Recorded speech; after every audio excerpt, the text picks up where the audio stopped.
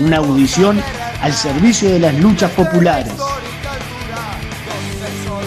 Que toda nuestra América y el mundo sea un grito de guerra contra el imperialismo, por la unidad de los revolucionarios. De transparencia de tu querida presencia, comandante Che Guevara.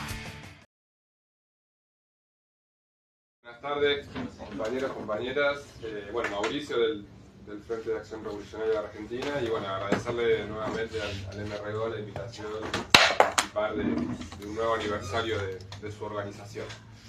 Bueno, allá la situación de nuestro país, bueno, vivimos un ajuste profundo desde hace muchos años y muchos gobiernos, pero que este gobierno de Javier Milei profundizó y aceleró en un ajuste de shock, ¿no? Básicamente profundizó un modelo de primarización de la economía, un modelo que es histórico de nuestro país, que siempre fue un país productor y exportador de materias primas, y que bueno, en algunas coyunturas se destinó recursos más a la industria, como por ejemplo después del 2001-2002, producto ¿no? del contexto internacional de los altos precios de la materia prima y de la soja, particularmente en Argentina. Pero bueno, concretamente ahora este gobierno vino a profundizar ese modelo. Ayer salieron datos del estimador mensual de la economía, y cayó la economía un 2,1% a nivel interanual, pero los sectores del agro, del petróleo y de la minería vienen creciendo, ¿no? También la transacción financiera. Se calcula este año que con el tema de la guerra de Irán, digamos, y el aumento del precio del petróleo, se va a exportar alrededor de más de 90.000 millones de dólares. Por otro lado, también el gobierno lo que vino a hacer una reforma tributaria, ¿no? Favoreciendo a la burguesía, al imperialismo, y descargando el ajuste sobre los sectores obreros y populares, ¿no? Bajó las retenciones, quitó las retenciones a algunos productos más regionales, bajó el impuesto a las ganancias, al patrimonio, quitó el impuesto a los autos de lujo, y por otro lado ajustó el gasto quitando los subsidios a las tarifas, lo que hizo que aumente la luz, el gas, el transporte. Ajusta en jubilaciones, ¿sí? Ajusta en salud, en educación, en discapacidad. Se calcula que más o menos a grandes rasgos al sector de la burguesía, del sector más pudiente, al empresariado, le benefició entre 10.000 y 13.000 millones de dólares anuales con la baja de impuestos. Y con el ajuste del gasto en todos estos sectores que yo nombré, en jubilaciones, educación, salud, el salario, bueno, se ahorra más o menos 15.000 millones de dólares, ¿sí? Todo esto con el planteo del equilibrio fiscal, ¿sí? Que producto, bueno, de toda la política del gobierno anterior se había generado un déficit fiscal muy grande, y este gobierno, bueno, vino a hacer una redistribución regresiva del gasto y ajustar y a tratar de equilibrar las cuentas fiscales. En toda esta política, ¿no? Hay obviamente que el aumento de tarifas, la quita de subsidios también a las empresas, ¿sí? Sobre todo a las pymes y todo eso, implicó que cierren desde que asumió este gobierno hasta la actualidad más o menos más de 20.000 empresas, más de 20.000 unidades productivas que cerraron. Esto implicó alrededor del despido de 300.000 trabajadores formales. Y bueno, y toda, digamos, una reconversión también en la importación, ¿no? Que son empresas que por ahí producían en la Argentina, se reconvirtieron y ahora importan. Por ejemplo, Lumilagro, la fábrica de termos, que no fabrica más los termos y ahora los importa, y que tiene ganancias exponenciales, digamos.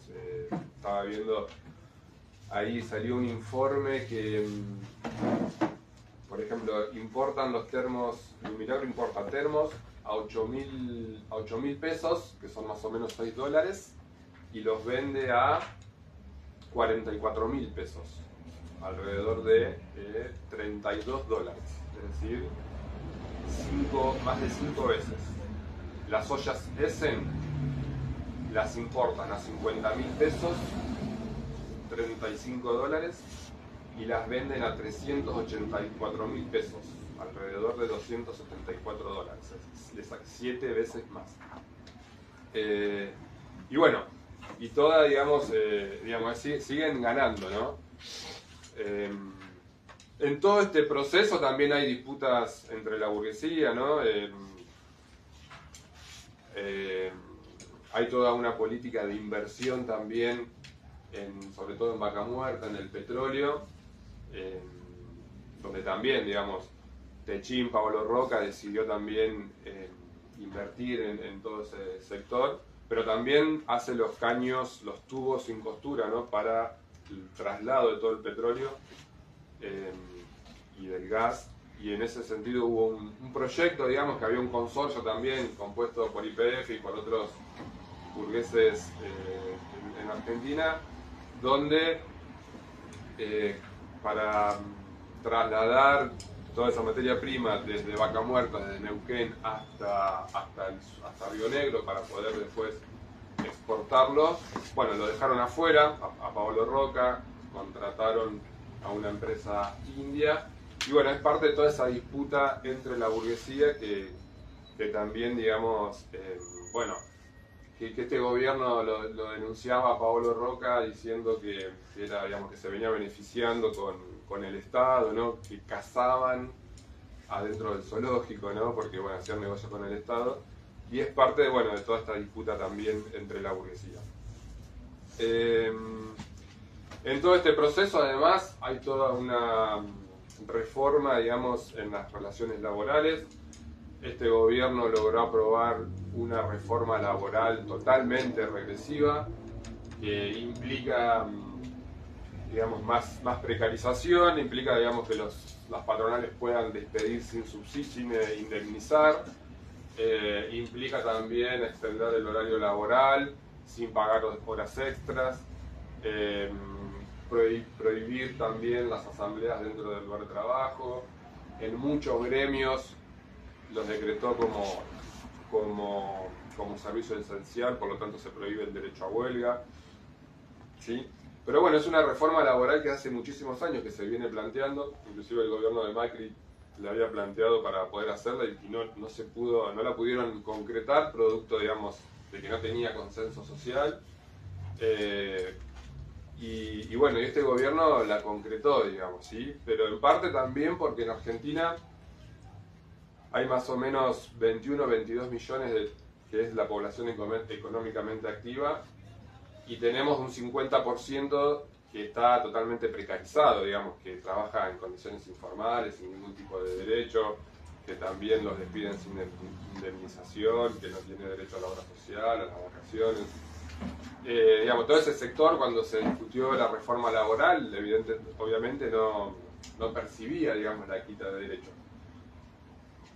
Solamente en Argentina hay 6 millones de trabajadores formales de empresas privadas, 3 millones de trabajadores formales en el Estado, y el resto, digamos, de todos esos 21 millones son informales, son desocupados, ¿sí?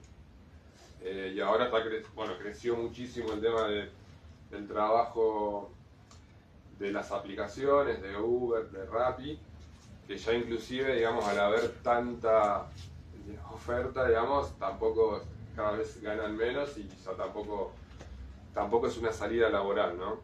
Pero bueno, todo este proceso, digamos, obviamente de ajuste brutal lo hace con la complicidad del peronismo, ¿no? Que, digamos, primero que el peronismo es responsable de la llegada de Milei, porque en el último gobierno, del 2019 al 2023, generó un ajuste también brutal.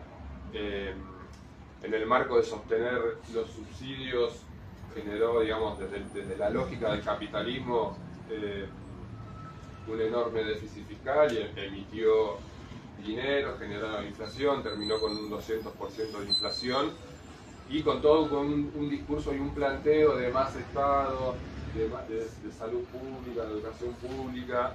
De la realidad después, en los hechos concretos, el pueblo trabajador lo sufría, digamos. Conseguir un turno en un hospital público es una odisea, digamos. Entonces, bueno, digamos, el peronismo, digamos, no, digamos, fue responsable de que haya llegado Milei al gobierno y es responsable también de todo este ajuste brutal que está ejecutando este gobierno porque bueno, porque no tiene un programa distinto. La realidad es que bueno, que el peronismo, digamos, primero, digamos, que le garantiza a los legisladores para que voten todas estas leyes, ¿no? Legisladores de distintas provincias que tienen gobernadores peronistas y que arreglan con el gobierno transferencias del gobierno nacional a las provincias a cambio de los votos en el Parlamento.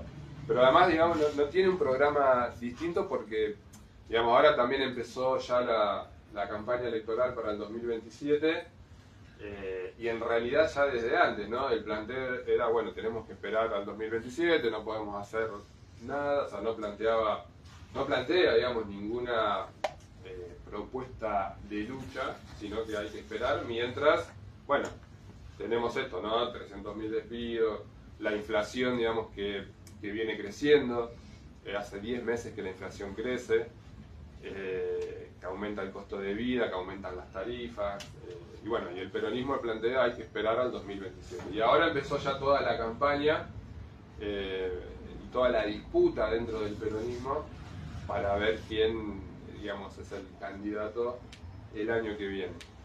Pero bueno, en esa campaña plantean este gobierno no va más, este gobierno, digamos, este modelo ya no va más, denuncia el ajuste hacia la clase obrera, los sectores populares, denuncia las bajas jubilaciones, denuncia las distintas, digamos, medidas contra el pueblo, pero no plantea, digamos, un programa de dónde va a sacar esos recursos para aumentar las jubilaciones, para aumentar salarios, para, bueno, industrializar el país. No lo plantea, se queda simplemente en una retórica, digamos, del modelo y en una demanda de mejorar las condiciones de vida. En el caso de la reforma laboral, digamos, no solamente, digamos, también, digamos, Cristina Kirchner en varias oportunidades planteó la necesidad de la actualización de las relaciones laborales, digamos, sin decir que tienen que mejorar derechos, o mejorar salarios, o mejorar las condiciones, o sea, simplemente, bueno, digamos, el mismo planteo con palabras distintas, ¿sí? Para, bueno, hablarle a la burguesía y al imperialismo. Pero además, digamos, cuando fue gobierno, los primeros 3 gobiernos del kirchnerismo, hay datos estadísticos del 2002 al 2012, el Estado contrató trabajador,es aumentó un 70% la contratación y de ese 70% el 50% fueron contratados.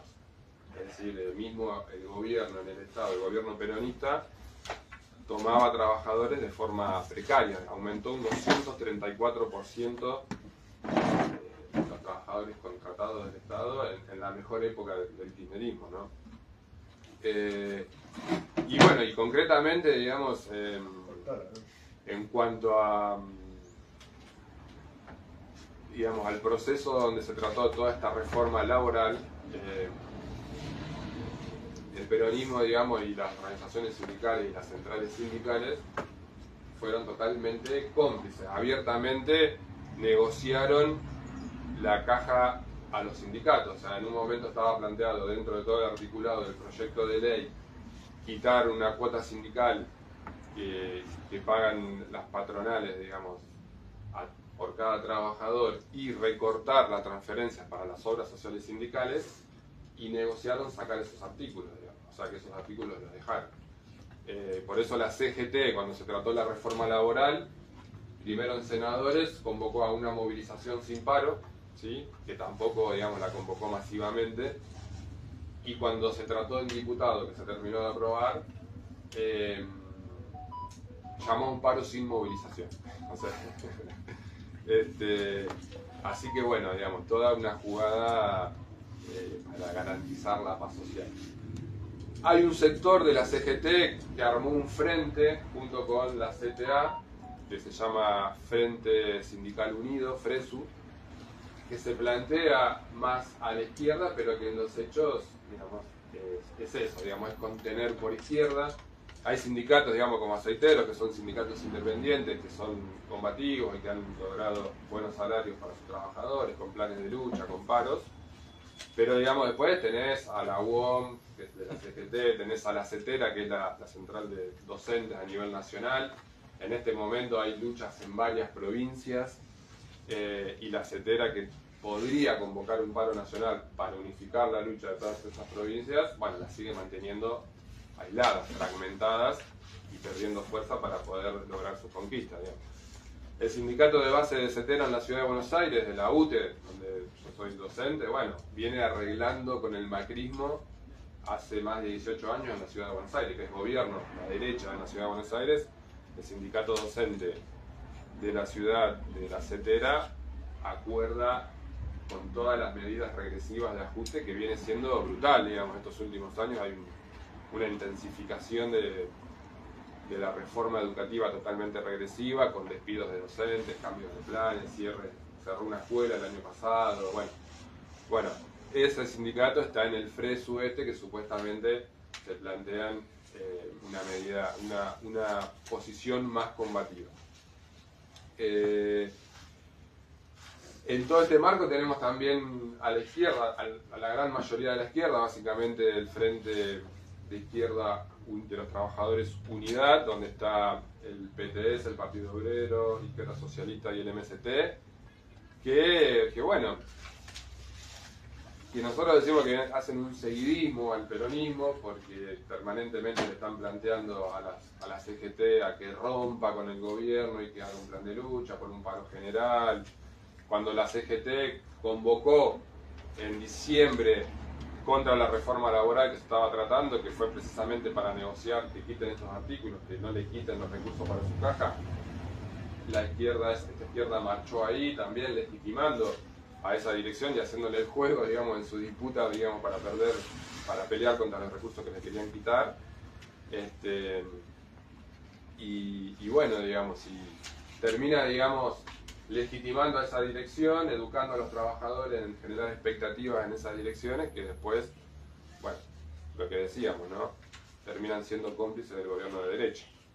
Pero sobre todo, digamos, el hecho más trascendente de la mayoría de la izquierda de este año fue el 24 de marzo, cuando se cumplieron 50 años del golpe militar, donde hicieron un acto en unidad con todo el peronismo, ¿sí? Digamos, con el peronismo que fue parte, digamos, previo al golpe de toda una avance represiva contra las organizaciones revolucionarias, ¿no? Donde el mismo Perón creó la AAA, una patota parapolicial que asesinó a militantes revolucionarios, dirigentes sindicales, que mató más gente que los que murieron los soldados en la guerra de Malvinas, ¿no? Y después, bueno, siendo cómplice, digamos, como gobierno o como oposición en estos más de 43 años de democracia burguesa, ¿no? Digamos que siempre gobernó al servicio del capitalismo y del imperialismo.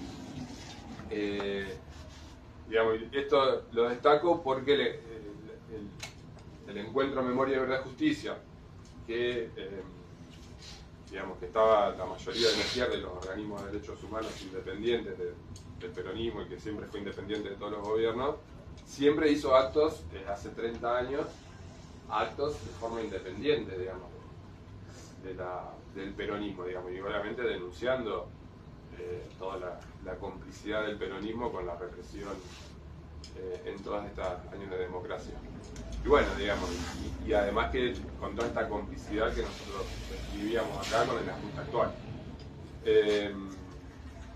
Y además el otro aspecto del Frente de Izquierda Unidad, que tiene, digamos, una política totalmente parlamentaria, ¿no? Ahora también apareció con buenos números en las encuestas Miriam Bregman, ¿no? Entonces cada vez resaltan más su política parlamentaria, donde también terminan educando a los trabajadores en generar expectativas en el Parlamento, cuando también tenemos cada vez más, se demuestra más que las leyes que se aprueban en el Parlamento no tienen, digamos, directamente este gobierno ni las aplica, ¿no?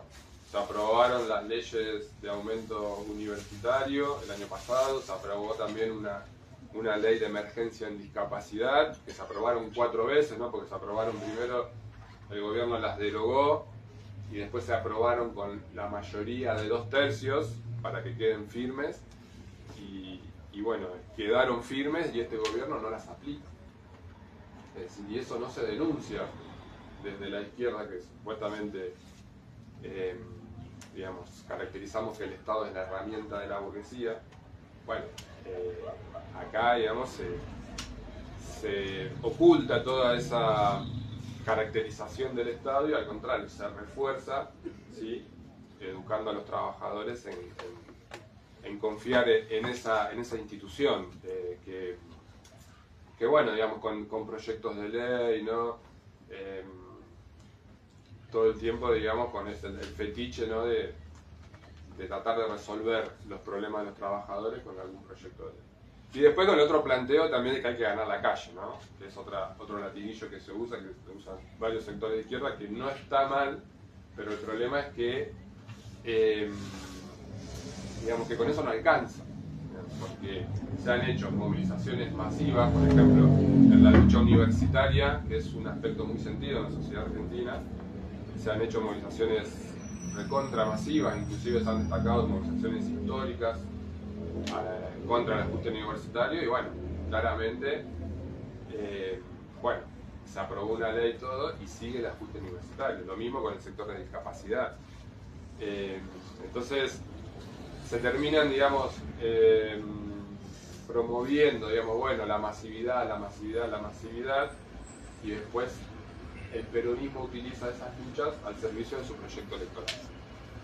Con el tema de los 50 años del golpe militar también fue una movilización muy masiva, donde después se utilizó, bueno, acá apareció el pueblo, le puso un freno a Milei. Yo me acuerdo al otro día, digamos, escuchaba un programa de radio, una editorial de una radio filokirchnerista, donde el periodista decía, donde abría el programa, decía, hoy estamos contentos porque apareció el pueblo, le pusimos un freno a Milei. Y a las 2 semanas se aprobó una ley de reforma de la ley de glaciares al servicio de la explotación de las mineras, de la mega minería. Entonces, ¿de qué sirvió,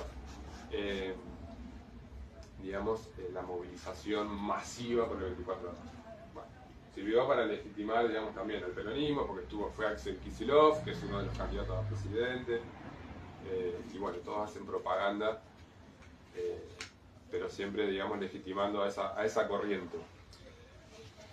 Y después, digamos, tenemos el otro espacio de la izquierda, que son los grupos y las organizaciones, que tenemos caracterizaciones similares del frente de izquierda y de la izquierda, digamos, que caracterizamos, digamos, que tiene una política parlamentaria, pero que en todos estos años muchos de esos grupos se dedicaron, digamos, a la construcción de las organizaciones sociales, del movimiento piquetero, que surgió, digamos, a mitad de la década del 90 con las privatizaciones de YPF y de las empresas estatales que despidieron miles y miles de trabajadores, y que surgió, digamos, de todos esos trabajadores que han despedido cortando ruta para pedir ser reincorporados o puestos de trabajo, y eso después fue transicionando, digamos, a movimientos sociales, a pelear por planes y por mercadería, que es legítimo y que está bien, ¿no? Pero que hubo grupos que destinaron toda su intervención a ese sector en detrimento de construir la organización revolucionaria y en detrimento también de promover la lucha y la organización en otros sectores. Y al punto que este gobierno, digamos, cuando asumió, se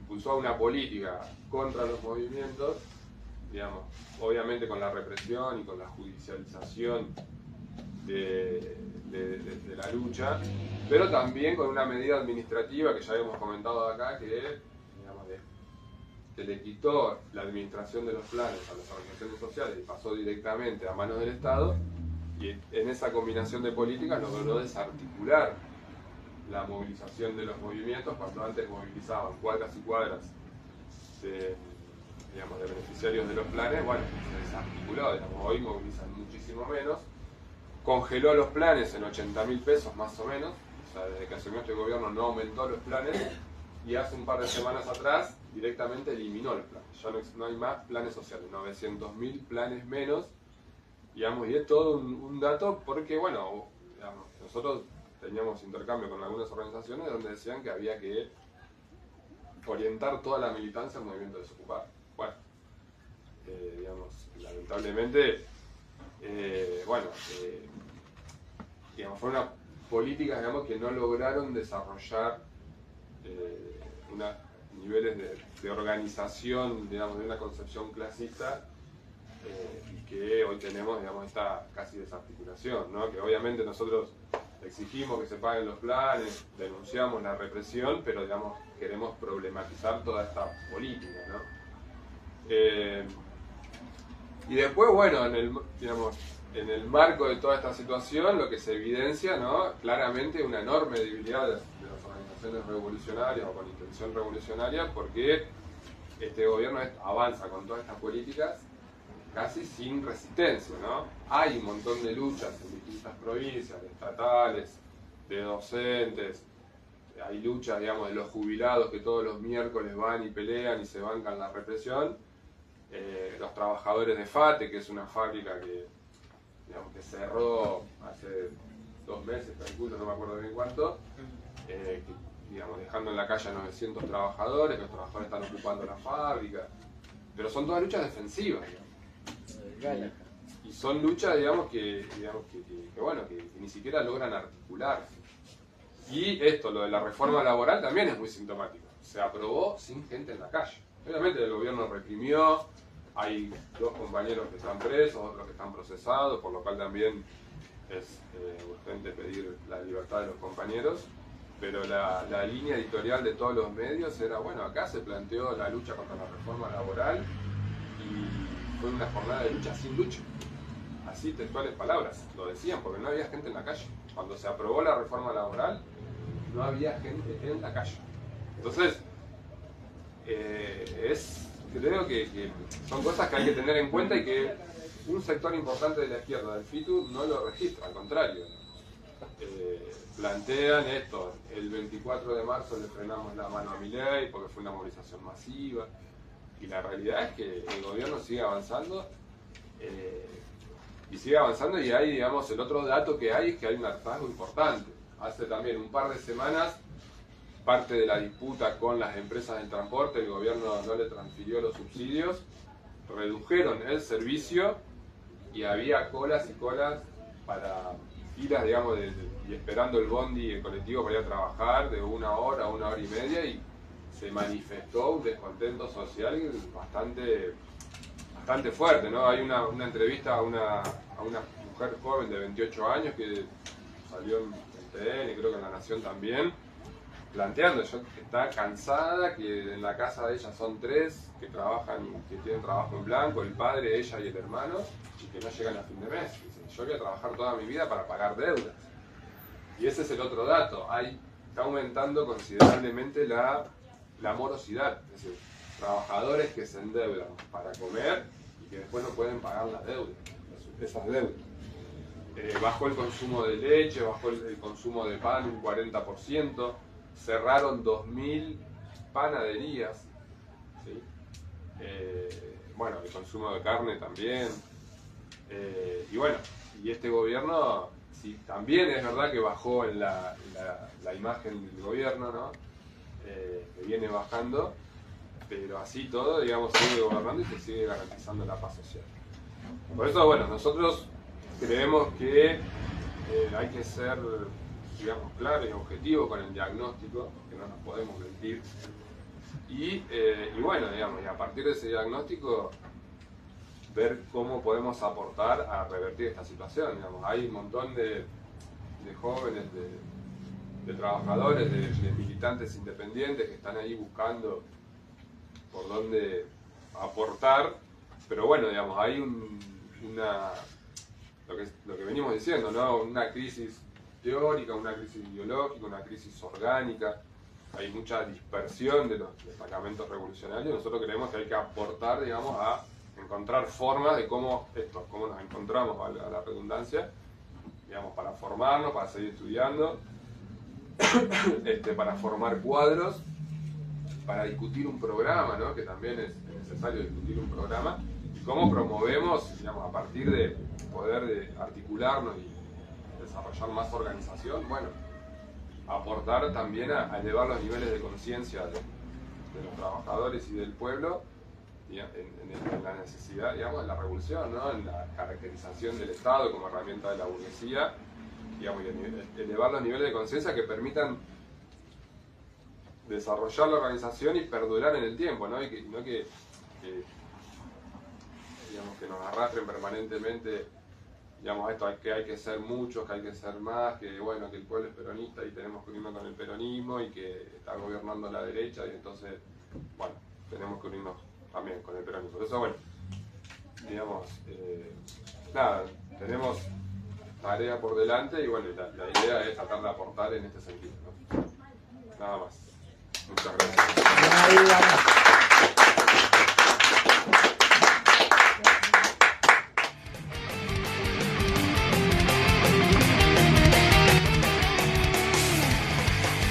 Una audición al servicio de las luchas populares. Que toda nuestra América y el mundo sea un grito de guerra contra el imperialismo, por la unidad de los revolucionarios. La entrañable transparencia de tu querida presencia.